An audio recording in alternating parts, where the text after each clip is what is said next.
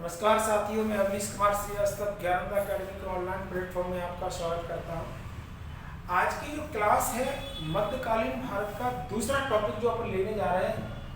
दिल्ली को हमने क्या किया, अध्ययन की सुविधा की दृष्टि से दो भागों में बांटा है। पहला है सल्तनत काल और दूसरा कौन सा है, मुगल काल।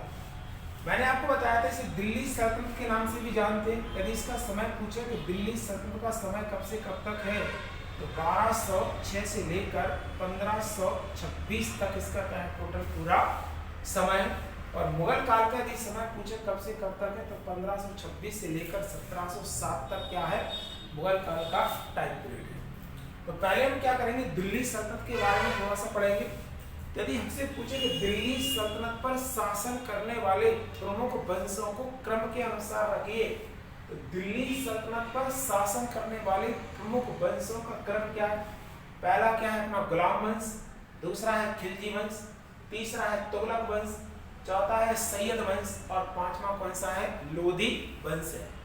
यदि हमसे पूछता है कि इनका टाइम पीरियड कब से कब तक है, तो यदि हमसे पूछो गुलाम वंश का समय कब से कब तक है, तो 1206 से लेकर 1290 तक है। खिलजी वंश यदि पूछता है कब से कब तक है, तो 1290 से लेकर 1320 तक है। तुगलक वंश का समय पूछे कब से कब तक, 1320 से लेकर 1414। सैयद वंश पूछे 1414 से लेकर 1451। और यदि पूछता है लोधी वंश कब से कब तक है, 1451 से लेकर 1526 तक है। एग्जाम में क्वेश्चन भी पूछा गया कि दिल्ली सल्तनत पर सबसे कम समय तक किस वंश ने शासन किया है। तो दिल्ली सल्तनत पर सबसे कम समय तक शासन करने वाला वंश कौन सा था, खिलजी वंश, जिसने 1290 से लेकर 1320 तक क्या किया, शासन किया। यदि पूछे सबसे अधिक समय तक शासन करने वाला वंश कौन सा है, तो कौन सा हो जाएगा, तुगलक वंश, 1320 से लेकर 1414 तक इसने क्या किया, शासन किया है।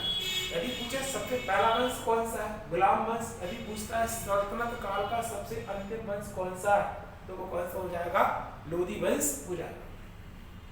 ऐसे इधर हमको पढ़ना है मुगल काल। मुगल काल का टाइम पूछे कब से कब तक है, 1526 से लेकर 1707 तक है। इसमें पहले हम बाबर पढ़ेंगे 1526 से लेकर 1530 तक। दूसरा पढ़ेंगे हुमायूं, इसी का पुत्र। उसके बाद अकबर को पढ़ना है, जहांगीर को पढ़ेंगे, शाहजहां को पढ़ेंगे और लास्ट में किसको पढ़ेंगे, औरंगजेब के लिए हम पढ़ेंगे। तो ये वाला पार्ट आपको नेक्स्ट वीडियो में बताऊंगा।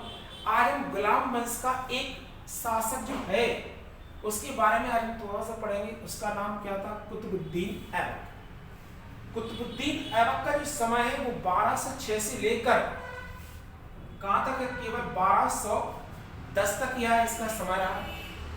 ये मोहम्मद गौरी का गुलाम था, इसलिए इसने भारत में क्या, मोहम्मद गौरी की मृत्यु हुई तो इसके बाद इसने क्या की, अपने आप को स्वतंत्र शासक घोषित कर भारत में क्या कर दिया, गुलाम वंश की क्या कर दी, स्थापना कर दी। क्वेश्चन हमसे पूछे कि भारत में गुलाम वंश का संस्थापक किसे कहा जाता है, तो भारत में गुलाम वंश का संस्थापक किसे कहते हैं, कुतुबुद्दीन ऐबक को कहा जाता है। इसने अपनी राजधानी लाहौर को बनाया और वहीं पर इसने क्या किया, अपना राज्याभिषेक करवाया। अब देखो ये चूंकि गुलाम था तो इसने क्या किया, अपने राज्य को विस्तार करने का प्रयास नहीं किया। इसने जो इसके पास राज्य था, जो इसे मोहम्मद गौरी के द्वारा विरासत में मिला, इसको इसने क्या किया, बचाए रखने का क्या किया, प्रयास किया। तो जहां जहां से विद्रोह की संभावना थी, इसने क्या किया, वैवाहिक संबंध को स्थापित करके अपने साम्राज्य को बचाने का क्या किया, प्रयास किया। ये प्रतिदिन लाखों का दान करता था, इसलिए इसको क्या कहते हैं, लाख बख्श के नाम से इसको जानते हैं। इसकी दानशील प्रवृत्ति के कारण इतिहासकार जो मिन्हास था, जिसको इसने अपने आप पर संरक्षण प्रदान किया, और इस न्यास ने इसको क्या किया, हातिम द्वितीय की क्या की संज्ञा प्रदान की। स्थापत्य कला के क्षेत्र की यदि बात करते हैं तो कुतुबुद्दीन ऐबक ने क्या किया, स्थापत्य कला के क्षेत्र में इसने क्या किया, कुतुब मीनार के निर्माण का कार्य शुरू करवाया। 2.5 दिन का झोपड़ा नामक मस्जिद का निर्माण करवाया। ऐसा बताते कि इस मस्जिद को केवल 2.5 दिन में बनकर तैयार हो गई, इसलिए इसको 2.5 दिन का झोपड़ा नामक मस्जिद के नाम से भी इसे जानते हैं। और दिल्ली में इसने कुब्बत उल इस्लाम मस्जिद का भी क्या करवाया, निर्माण करवाया।